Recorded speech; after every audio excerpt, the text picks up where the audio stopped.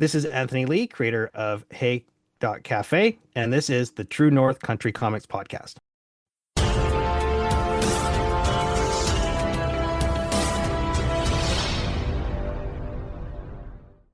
Welcome to the True North Country Comics Podcast, dedicated to promote Canadian comic book and graphic novel creators and supporters.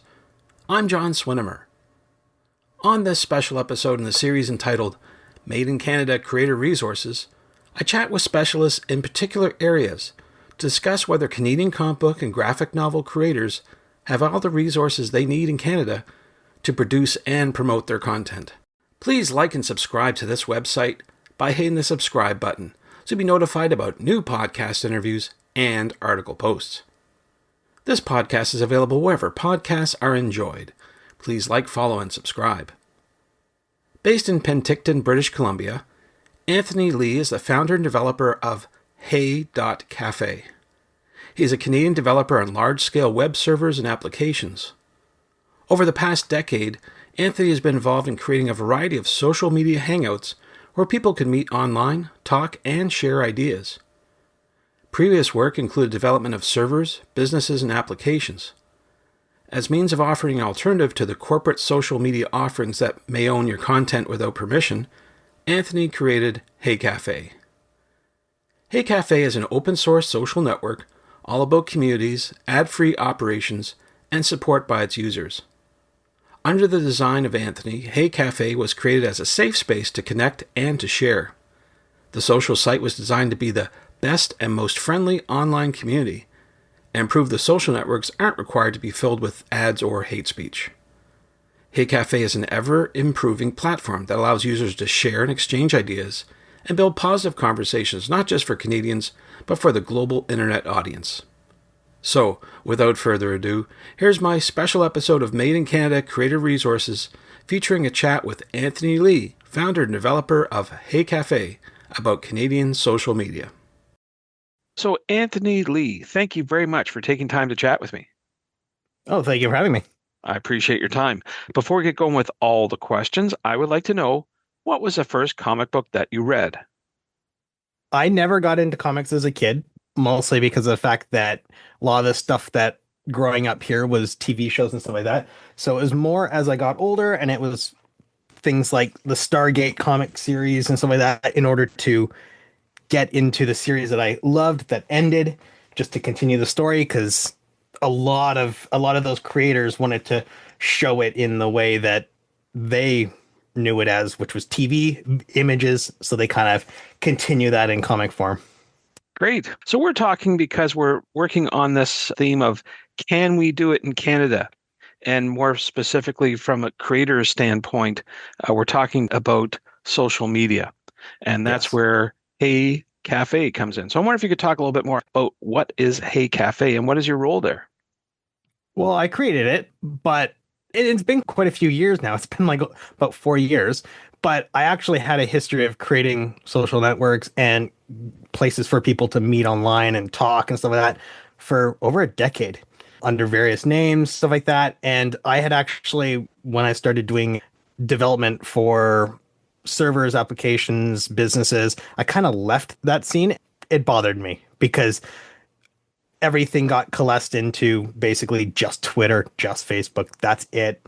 And I never liked those places because they were never about friends, and they always removed and pulled you into whatever they wanted you to see. So I started doing it again. Cool. And what is your role there? You're the founder then? Yes, and I do all the programming, but a lot of it's actually open source now, so other people can always look at it and contribute any changes that they think that should be made. So I think you sort of hinted about it, but why did you create Hey.Café? I wanted a place that A, did not steer you in direction of content they think you should see, and B, remove, or, well, not really remove, but more steal your content. A lot of the other social networks, in fact, I think pretty much every single one, part of their terms and conditions is they own your rights. They have distribution rights of any content you post. And I flat out said, I don't like that. If I post an image of something, I don't want people to use it for billboards without permission. Right. And I guess now in this day of AI and scraping and all that sort of stuff, a lot of creators are wary about joining any social network these days. Yes, very much Yes. so. Yeah. Well, speaking about creators, I wonder if you could talk a little bit more about how Hey Cafe can help comic book and graphic novel creators. What are the features and benefits? I'd say like some of the biggest things, and even not just us, but say other networks that are being designed around this kind of aspect of you own what you post. It's a huge thing. Again, a lot of social networks nowadays, they want to have distribution rights so that they can take a very popular type of content and share it and say, put it in their advertising. And yes, that's great, but they don't ask for permission very rarely. And a lot of other services, again, scrape these services in order to steal images, steal content, import it to their own systems for training, which is starting to blow up nowadays. And I don't want that to be the case. I don't mind AI in the context of helping people write. I absolutely hate image generation right now. A lot of people feel the same way, that's for sure. So I'm just a newbie when it comes to the platform Hey Cafe, but looking around, it seems like there's certain aspects that are familiar to folks. There's cafes and quotation marks you can join. Certainly, there's different aspects of the conversation, whether it be with videos or posting images or just texting in general. What Yep. sort of things would you sort of call out from the whole platform that might be more specific to creators, let's say? It depends on the type of creator. I am a developer, so of course I always look at things developer focused, and I think I would like to see more content creators and stuff like that in order to determine what they want to see. Because it's very flexible. Everything was built with flexibility in mind and scalability. So profiles, you can do all kinds of stuff like pinning things. When you pin something, instead of just having one item, it actually pins to an entire tab so you can actually see all the past pins, which could be all your best work. You can embed your content within your own website that you've shared from there. So you can have one place to share it, see it on, have it embedded on your website, or vice versa. We have an import tool. So people, if they have a blog that posts content, it can automatically share. It's just a way to make things a little bit easier to share as far as like your content and from your sources, but also have control over it. And because of the things like the API and stuff, which if people are nitty and gritty, they can pull an entire feed of all their content and use it however they want. They can make their own applications, all of that. Well, open source, I think, is the key there, right? That's a big Yes, draw. Okay. absolutely. And there's no cost involved. Like there's never going to be a cost on the front of that. So if you want to post your content and you decide, you know what, I want to do something with this or make an account for sharing something like a comic a day or something like that, you could totally turn around and take our APIs and our storage and use it on your own website to generate a page. And you don't have to pay any cost on that because then you don't have to host the images on your end and you have a place to share it. Difficult to say because I really want to see more people share and tell me what they want to see because again, it's extremely expandable. You mentioned storage. I don't want to go down this rabbit hole, but is it Yeah. okay to ask you if the storage is located on Canadian soil? You know what? It's the one piece that I want to move. Right now, it's hosted on Backblaze. Backblaze has some stuff that is stored in the EU. Right now, they don't give you control over that. Everything else has been moved away. So everything from the front end, the servers, the CDN that we use, even the domain host, everything is now in Canada. Canada or the EU. The storage Okay. isn't. And Okay. that is Yeah. definitely a problem because there are no competitors for that in Canada at all. And that's one of my other questions I was going to ask you is about, and some people have asked me, in fact, on other platforms, they said, if you find something comparable to the big guys, let me know. Is there something in Canada that can work? So here's a very broad question. Why don't we have more social media platforms created by people in Canada? It's hard to break into that space. It really is. When you think about how many networks have existed in the past and how many are small little sites have been created trying to be the next social network, there's many. And unfortunately, the bigger platforms like Facebook, and in the past, Twitter and stuff like that, they had the money to throw at it. And in Canada, we just don't have that. We have definitely more than enough people, and especially with the stuff going on now, people that want Canadian first applications and platforms. So I hope that changes. I'm somewhat hopeful that the new guy, part of the cabinet on our new prime minister's team, Mr. Evan Solomon, perhaps he might be able to do something to help out this conundrum. Do you think?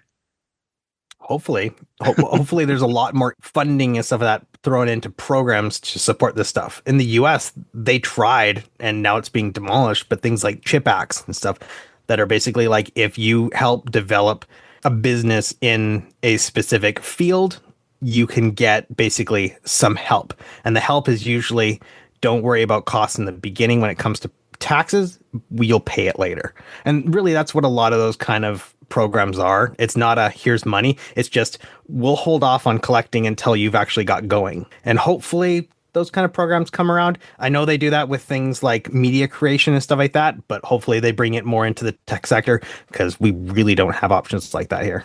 Yeah, it's unfortunate. There's a lot of good creative people here in Canada, and they just need the right tools and inspiration to get it going, I guess. And as you said, we've got a lot of people who want to find out more about what other Canadians are doing, and this would be a great way to do it, I guess, right? Yeah, totally. And hopefully that the changes that are going on right now push people to actually kind of rip themselves away from those classic networks. Right. Okay, well, let's get back to the creator aspect and Hey.Café. So the way I'm using it is to promote, as you said, blogs and that sort of thing. How can it really help a creator, comic book or graphic novel, from a social media marketing context? What sort of aspects do you think that they should be working on and take advantage of the platform right away? If you have a business, you can get verified. Really, the way we're doing it is all manual. We want to add support for custom tags for things like domains and stuff so that you can verify it yourself. But right now, at the scale, it's better to just do things like by hand. For example, when you joined, your account got created, visited the website, saw that you posted on other social networks that are linked from your website, from your profile that you joined. I'm like, well, there's verification right there. Yeah, so I guess you're trying to cut back on bots, I guess you say, that sort of thing, or fake accounts? Yes. And really, we don't have that issue mostly because everything's the way things are built. It's really hard for bots to interact with it. But that'll change down the road, of course. But hopefully, like the rules that we have in place, I don't know if you've actually taken a look at that stuff, but we're very open. We don't want any content that you see in a lot of places, like any hate speech, abuse, or anything like that. And we're very strict on those rules, and we will be from the beginning to the end. Yeah, just looking at the interface I'm looking at right now, you've got pretty much everything there for everyone who wants to get started, including the settings, of course, but getting started, the rules and guides you mentioned, even the changelog and bugs you post here as well. So people really have a transparent sort of view of how things are going on behind the scenes. Yeah, and I like the interaction with people. I want to see the feedback and what they want to see. And a lot of times when people post what they want to see, I'll be honest if it's something I don't like that I don't want to add, but usually I'll say why and the kind of view that it might mess with. Like, for example, we just added a whole bunch of new reaction types because we have reactions in a larger sense that you can kind of, it's almost like just pick an emoji to react to content with. And we added a bunch more, and somebody has suggested the middle finger. And I'm like, we don't really want to add that just because it can be negative to a lot of people. But here's all the other ones we added. Right. So it sounds like there's constant development going on, whether it's you're coming up with an idea or you're soliciting ideas from people who are actually using the platform, I guess, right? Lots of development going on. Oh yeah, it's been consistent. Been working on it for the last 4 years, and every single time someone suggests something, thought is put into it. It's either added or we modify it in a way that it fits. Can you talk about anything that's coming down the road, or is it still under wraps and you don't want to give anything away? We can actually take a look. So if you actually go to the bugs feature requests, for example, someone wanted the option to hide the left and right side menu bars. I'm like, that's a perfect thing. So as soon as there's a little bit of development time, that'll be added. things like gift support, fixing translation, making that a little bit more accessible for other countries. The roadmap is just kind of whatever gets shared, whatever people think that we need to add. And I'll continue to like make changes as feels like it needs to be. But right now, I think we're in a pretty stable spot. The design has changed several times, but right now, this is probably the longest design it's had. Well, from where I sit, it looks like it's a pretty solid venture, great platform, especially for when I'm trying to share information about my blogs and different articles that I'm posting. So thank you for that. I think a lot of people just need to see it and get involved and get on it to make it really come alive. Yeah, and we have a lot of hidden stuff that people don't even know about. Like there's so much to explore because of the way it was built and the amount of features, again, because people ask for it. If you use something like Linktree, we have support for that. We have our own system for that. If you want to have embeds on your website, we have a system for that. If you want to have a way to share from your post there into another social network, we have open RSS feeds. So you can throw it into a service like if this, then that, and have your post go to wherever you want. It's completely open. pretty cool. So, Anthony, where can people go to discover more information about Hey.Café as if I didn't know? Just go to Hey.Café, simple domain, and just take a look. And if you have any questions, just ask anyone on the site and we'll be happy to help. Well, Anthony, those really are all the questions I have, but I'm wondering, is there something I didn't ask that you'd like to get across in this interview? I hope to see a lot more creators look at local services. I know that things going on are really going to be tough, especially going for the next 3 odd years, but this is a special place and we want to make it better. Thanks to Anthony for the chat. You can discover more about Anthony online at Hey.Café and on Blue Sky. And thank you for tuning into the True North Country Comics podcast. I invite you to visit the True North Country Comics website to listen to even more conversations with creators about making comic books and graphic novels. I also encourage you to subscribe via the website so you'll be notified about new podcast interviews and article posts. This podcast is available wherever podcasts are enjoyed. Please like, follow, and subscribe. True North Country Comics can be found on most social media sites, and you're welcome to send any and all feedback to John at TrueNorthCountryComics.com. Thanks for tuning in, and come back soon for another episode. Bye for now. True North Country Comics Podcast is copyright True North Country Comics, copyright 2025.